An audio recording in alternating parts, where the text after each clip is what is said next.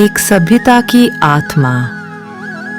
उपनिवेश कहलाने से पहले, सीमाओं, झंडों और जंजीरों से पहले एक सभ्यता थी जो स्वतंत्र रूप से सांस लेती थी। भारत, एक ऐसी भूमि जहां गांव स्वयं को पालते थे, जहां कपास ने दुनिया को वस्त्र दिए, जहां यूरोप के सीखने से पहले इस्पात गढ़ा गया और जहां ज्ञान सेनाओं से भी आगे पहुंचा। भारत मौन नहीं था, भारत कमजोर नहीं था, भारत जीवित था। लेकिन इतिहास बदला, गड़गड़ाहट से नहीं, with ships. Chapter 1. When trade turned into अध्याय 1।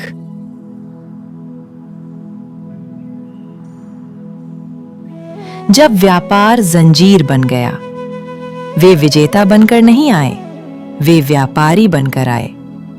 ब्रिटिश ईस्ट इंडिया कंपनी मुस्कुराते हुए, बातचीत करते हुए, लाभ का वादा करते हुए, गोदाम किले बन गए, बही खाते कानून बन गए और मित्रता धीरे धीरे नियंत्रण बन गई। 1757 प्लासी में एक युद्ध जो कुछ घंटों में समाप्त हुआ, लेकिन उसके परिणाम सदियों तक चले। न वीरता, न न्याय। भारत का भाग्य विश्वासघात ने तय किया। अब एक कंपनी एक राष्ट्र पर शासन कर रही थी। अध्याय 2।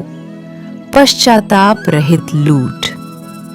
कर बढ़े, फसलें नष्ट हुईं, प्रकृति से नहीं, नीति से। किसानों को भोजन नहीं, नील उगाने पर मजबूर किया गया। बुनकरों ने हताशा में अपने ही करघे तोड़ दिए। धन भारत से बाहर बहता गया और गरीबी भारत में भरती गई। अकालों ने लाखों को मार डाला, जबकि अनाज लाभ के लिए निर्यात होता रहा। ये कुप्रशासन नहीं था, ये आर्थिक शोषण था। लेकिन दमन का एक श्राप होता है, वो प्रतिरोध को जन्म देता है। अध्याय 3। 1857। जब भारत चीख उठा। एक राइफल का कारतूस अपमान से सना हुआ। उसने आस्था की सबसे गहरी नस को छुआ और दशकों से दबे क्रोध को जला दिया।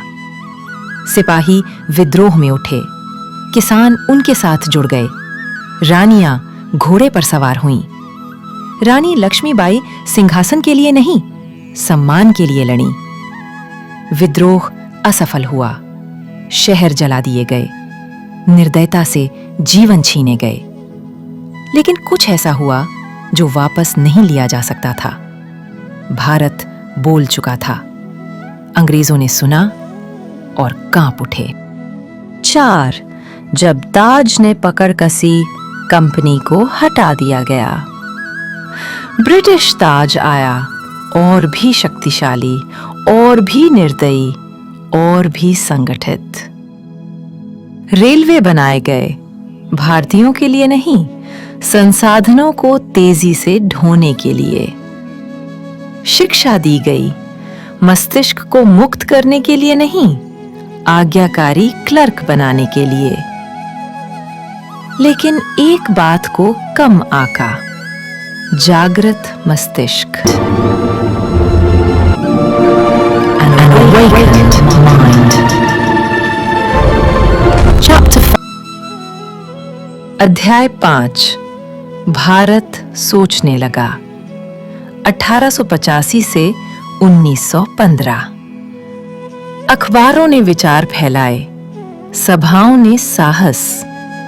भारतीय राष्ट्रीय कांग्रेस का जन्म हुआ, हथियारों से नहीं, शब्दों से। In 1885, a new chapter of India began.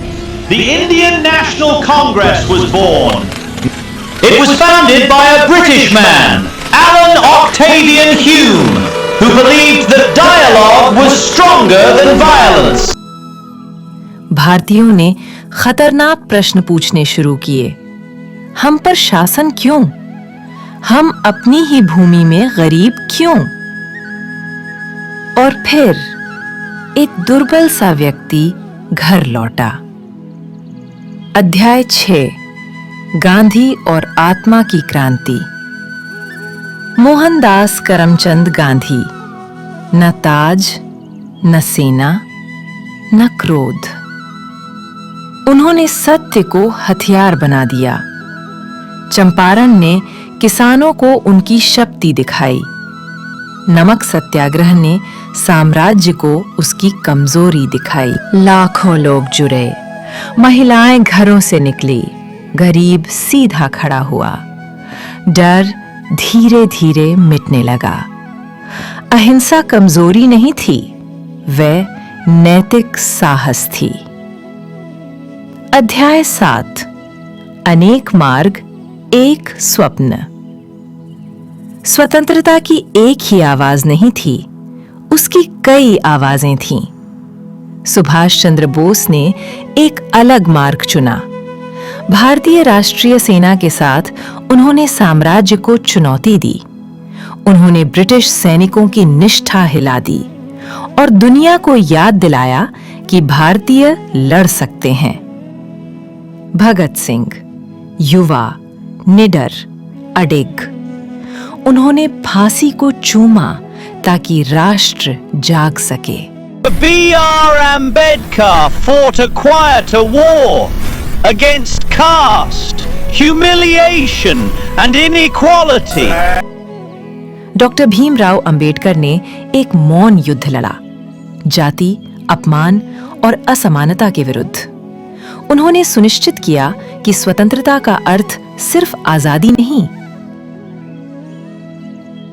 अध्याय 8 अंतिम क्षण।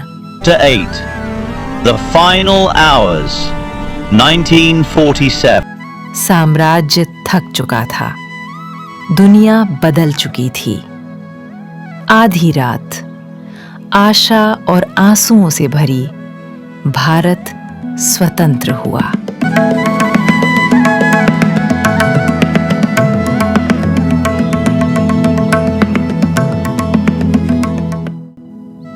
लेकिन स्वतंत्रता घायल होकर आई। विभाजन ने परिवारों को चीर दिया। ट्रेनों ने सपनों की जगह लाशें ढोईं। कोमल स्वतंत्रता मिली, लेकिन एकता की परीक्षा हुई। समापन भारत का वचन उदात्त। भारत उठा, इसलिए नहीं कि उसे स्वतंत्रता दे दी गई, बल्कि इसलिए कि उसने उसे अर्जित किया, पीड़ा के माध्यम से, बलिदान के माध्यम से, आस्था के माध्यम से। यह केवल इतिहास नहीं है, यह एक चेतावनी है। स्वतंत्रता तभी जीवित रहती है जब उसे याद रखा जाए, संरक्षित किया जाए और उसका सम्मान किया जाए।